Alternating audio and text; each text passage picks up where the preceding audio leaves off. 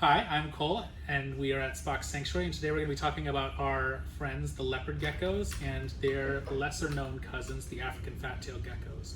Talk a little bit about the differences between them and the similarities, and why either one of these would make a great pet for a beginner keeper.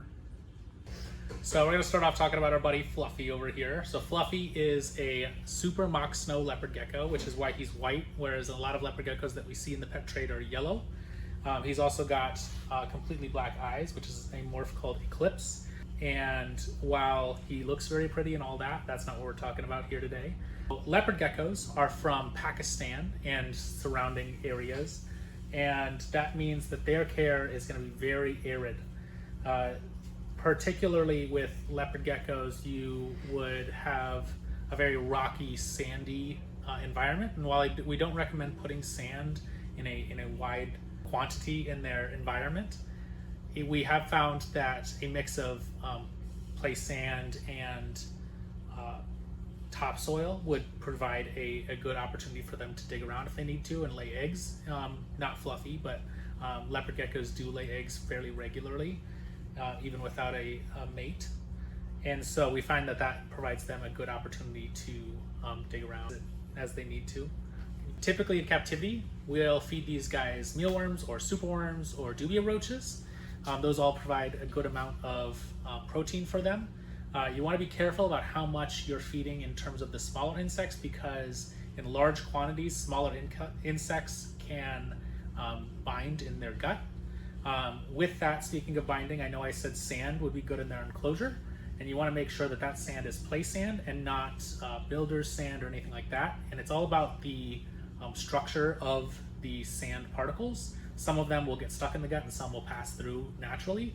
It's very normal for animals to have some things that are less digestible in their diet. It's just about their ability to pass that through their system. So play sand is good for that. Leopard geckos thrive when they have a bunch of hides in their environment.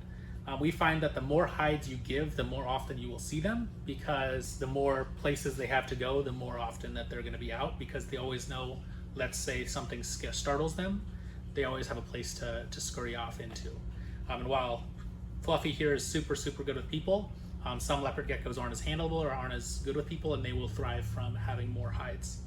So when you're feeding insects, you want to make sure to have supplements in their diet. Actually, I was just telling some of our interns here at the sanctuary about Fluffy's little fat deposits under his armpits. Leopard geckos and other geckos in their family will have fatty looking deposits of calcium under their armpits, where they'll store it in case that they need to lay eggs or anything like that down the road where they'll need that calcium.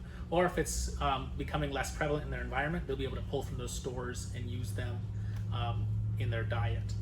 So with Fluffy, they love to climb. A lot of people don't give them a whole lot of climbing opportunity, but we've found that leopard geckos do like to climb quite a bit. So I've seen videos of leopard geckos jumping even, which you wouldn't think with legs that are that short he would be much of a track star in that end, but he does love to explore and even hop from place to place. So don't be afraid to give your animals some climbing opportunity, different rocks or high areas for them to go.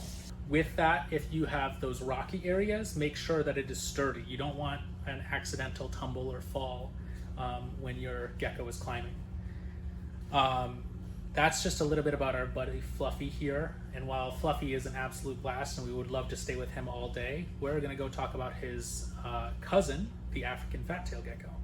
Okay, next up we have our friend Mocha, who's a little bit smaller but just as personable. You'll notice that he looks a lot like a leopard gecko. African Fat Tailed Geckos are a very close cousin. They are native to Africa, as I'm sure you could guess. But the big thing that sets these guys apart is the type of environment that they'll be set up in. African Fat Tailed Geckos thrive with a lot less of the arid environment going on. They might like a little more humidity, so less sand in their environment and more topsoil that holds a little bit more humidity. I didn't mention this with Fluffy, but both of them should have a humid hides. That way they can help them with shedding. And The big thing that sets these guys apart though, number one, besides looks, if you want an animal that's a little more different, I would go with the African Fat Tailed Gecko. A lot of people get into reptiles because they want something that is different than what all their friends have, or is a little bit unique to them. And in terms of how often you'll see these, a leopard gecko will be in just about any chain pet store, but also any other pet stores. You're going to see a lot of leopard geckos, but African Fat Tailed Geckos are going to be a lot less common. So food will be almost exactly the same as leopard geckos. They're not super different in that end.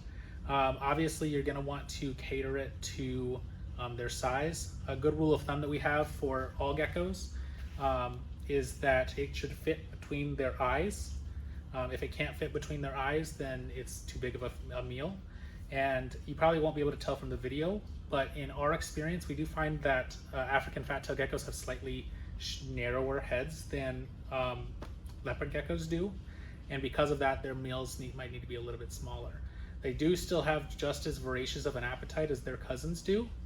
And they are very, very similar in that department, but they just might be a little bit slower to get to, like superworms or those larger meals on that end.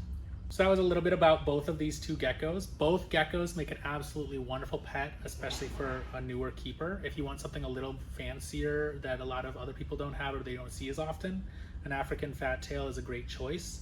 But if you are not too picky and you just wanted a companion animal that will spend time with you, a leopard gecko is an awesome choice too. I have not regretted having either, and I would absolutely have a terrible time trying to pick between the two as to which one's my favorite, but they make awesome pets for just about anyone I've ever encountered with them, and I would recommend them to just about anyone. With that said, that will conclude our video. And if you want to come meet Mocha and Fluffy in person, come check out our sanctuary in Des Moines. Check out our website for any information as to the ongoings of our up and coming events and such. And thank you for watching. Feel free to subscribe if you want to check out any of our other videos as they come out, or throw a like on this video if you learned something new today. Have a great day.